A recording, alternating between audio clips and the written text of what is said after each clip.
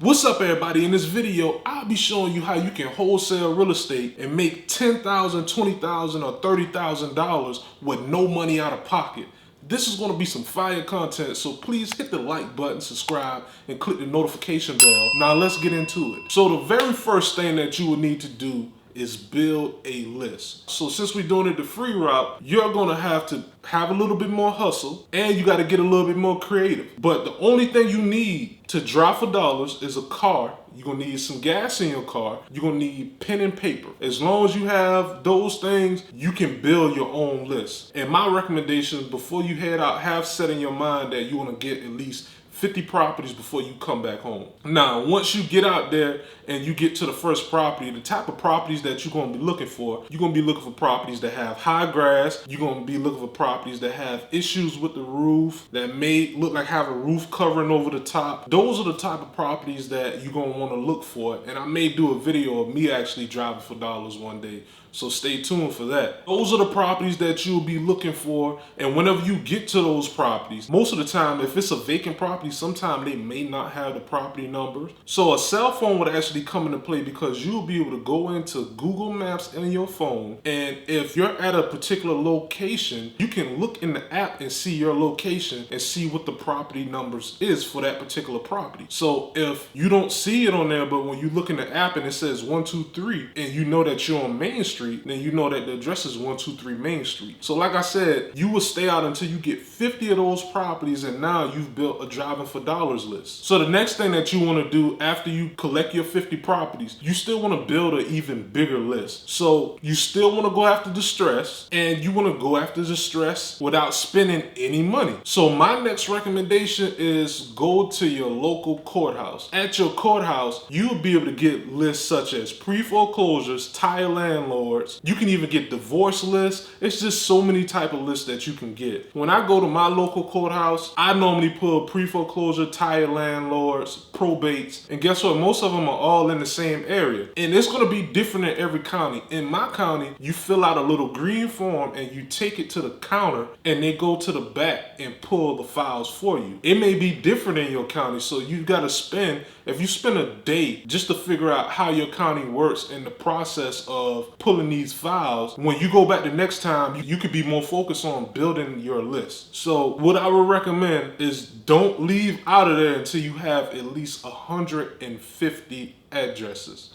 Now, when it comes down to pre-foreclosures, of course, you'll be able to get the name and you'll be able to get the address and you'll be able to get the date that they're potentially going to auction. So what I do, I normally just take pictures, and when I get back, I create my own spreadsheet. Listen, it's going to be a lot of work when you first starting out, but if you don't have any funds, this is the best way to do it. And guess what? It's the most up-to-date data. And once you get to a point to where you are making money, I'm not saying cut that out, but pay somebody to go to the courthouse to pull records for you. That's the key to that. That's how you're going to build your list. That's how you can get potentially 300 records from driving for dollars and building your list at the courthouse. Now, let's get into the next step. So now that you have built all your lists, what you need to focus on now is your driving for dollars list, because 9 times out of 10 you're not going to have the owner's name or the owner's mailing address. So what I recommend doing, which is another free route, you can use PropStream, but the free route is to go to your county's GSI website. So when you go into that website, you'll be able to put the property address in, and it's going to pull up all the information regarding the property owner, and if it's multiple owners, it's going to tell you their mailing address. So if you want to send them a direct mail piece, it's going to give you all that information. That's why I said you can get your first deal in 20, 30, 40, 50 days, however long it takes, and you can actually do this for free. You don't have to spend any money. So after you gather all that information for your driving for dollars list, because 9 times out of 10 you're going to have it for the pre-foreclosure, your tire landlords, and your probates, you're going to have that information. Now it's time to go to the next step. So the next thing that you want to do is skip trace the information that you have. So before you do that, what I would recommend is put all that information that you collect from your drivers for dollars list and your pre-foreclosures,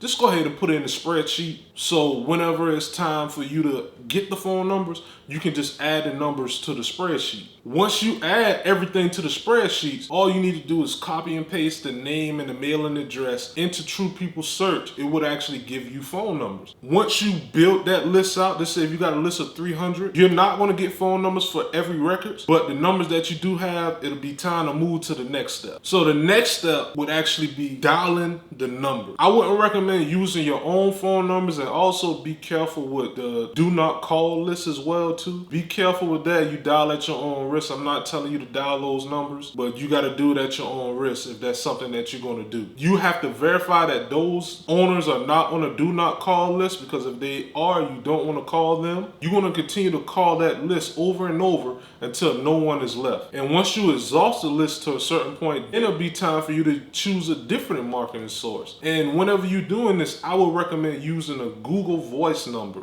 I wouldn't use my own personal number. You want to be able to separate whenever somebody is calling your Google Voice numbers, because you don't want to have to figure out if it's family calling or if it's for business. So make sure you use a Google Voice number. So once you call that list a couple of times, it'll be time to move on to the next marketing channel, which would be sending text. So you could text the sellers that are left on your list just to, have another form of marketing that you're throwing at them to see if you can get a response that way. And then after you do that, call again and leave a voicemail. See if they will respond to a voicemail. And if that doesn't work, then it's time for you to handwrite your direct mail pieces and put in the mail. That's not going to cost you much, especially if you're doing it one by one. Only thing it's going to cost you is a book of stamps or multiple books of stamps. So that's what I would recommend doing. That may be one time that you actually have to spend some money if you want to make sure you exhaust the records as much as possible. So of course, after you are calling the list, you're texting the list, you're leaving voicemails, and you sending direct mail, you're going to start generating leads. You're going to have leads that say, hey, you have the wrong number. Yes, I want to sell. You're going to have people that say, do not call me again. You're going to have people that say, hey, I may want to sell in a few months. That's going to be a follow-up, and you'll use a free system such as Podio to store those leads. But you're going to have the unicorn deals on first contact. They're going to say, yes, I want to sell. What is your offer? So once you get those type of sellers, it's time to go into deep detail and build rapport with those sellers. You want to gather all the information on the property condition. You want to gather if they behind in taxes, is the property currently vacant, is it tenant occupied, when the tenant's lease is up. You want to gather all that information, because while you're on the phone with them, you want to get great at running comps while you are on the phone. And the way you can run comps while you're on the phone with them, you can use Zillow to run your comps. You can use Redfin to run your comps if you don't want to use a system such as PropStream. It'll give you the same results. It may take you a little bit more time to run your comps,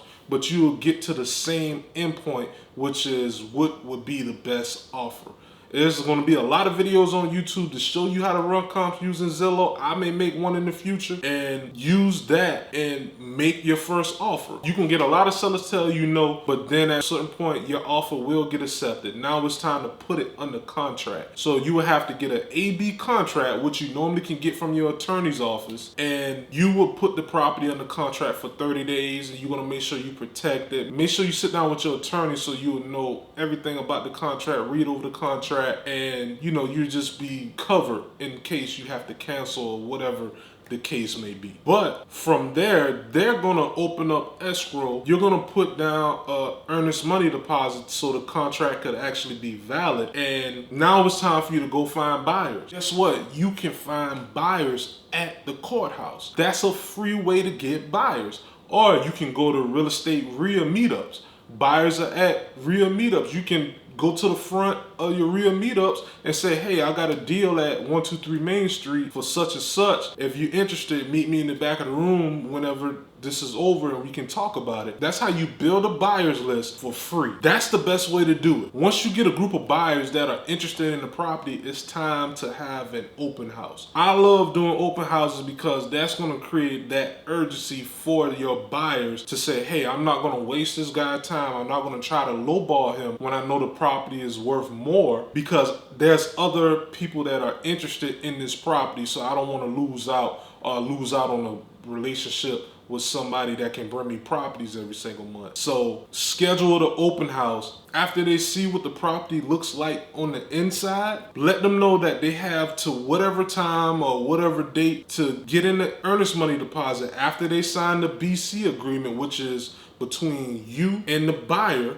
Let them know that they have until 12 o'clock the next day to put in a non-refundable deposit. And if they don't, you're gonna have to move on to the next buyer. So that's gonna let them know they can't waste any time. After that is done and the title comes back clear, there's no title issues, you pretty much have your first closing. Congratulations. After that, you'll be able to take the funds and actually invest in systems such as PropStream and REI Sift to help speed up your process and potentially get you to the point where you can get 2, 3, 4, 5 deals a month, because you're definitely going to need those systems in place to actually generate, house, and close on deals. And after you get that first deal, I would love for you to check out this video right here. That's going to show you how to get started in wholesaling with systems, and also check out this video of my top 7 tools that I use in my wholesaling business every single day. And it's going to help you generate leads and deals every single month. So feel free to check out these 2 videos. If you enjoy this content, hit the like button, subscribe, and click the notification bell.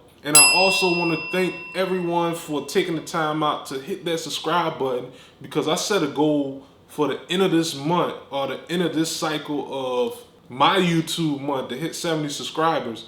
And I'm well over 100. So I just want to thank you guys. I'm going to continue to drop this content for any and everybody because it looks like you're enjoying it. But I'll see you next time.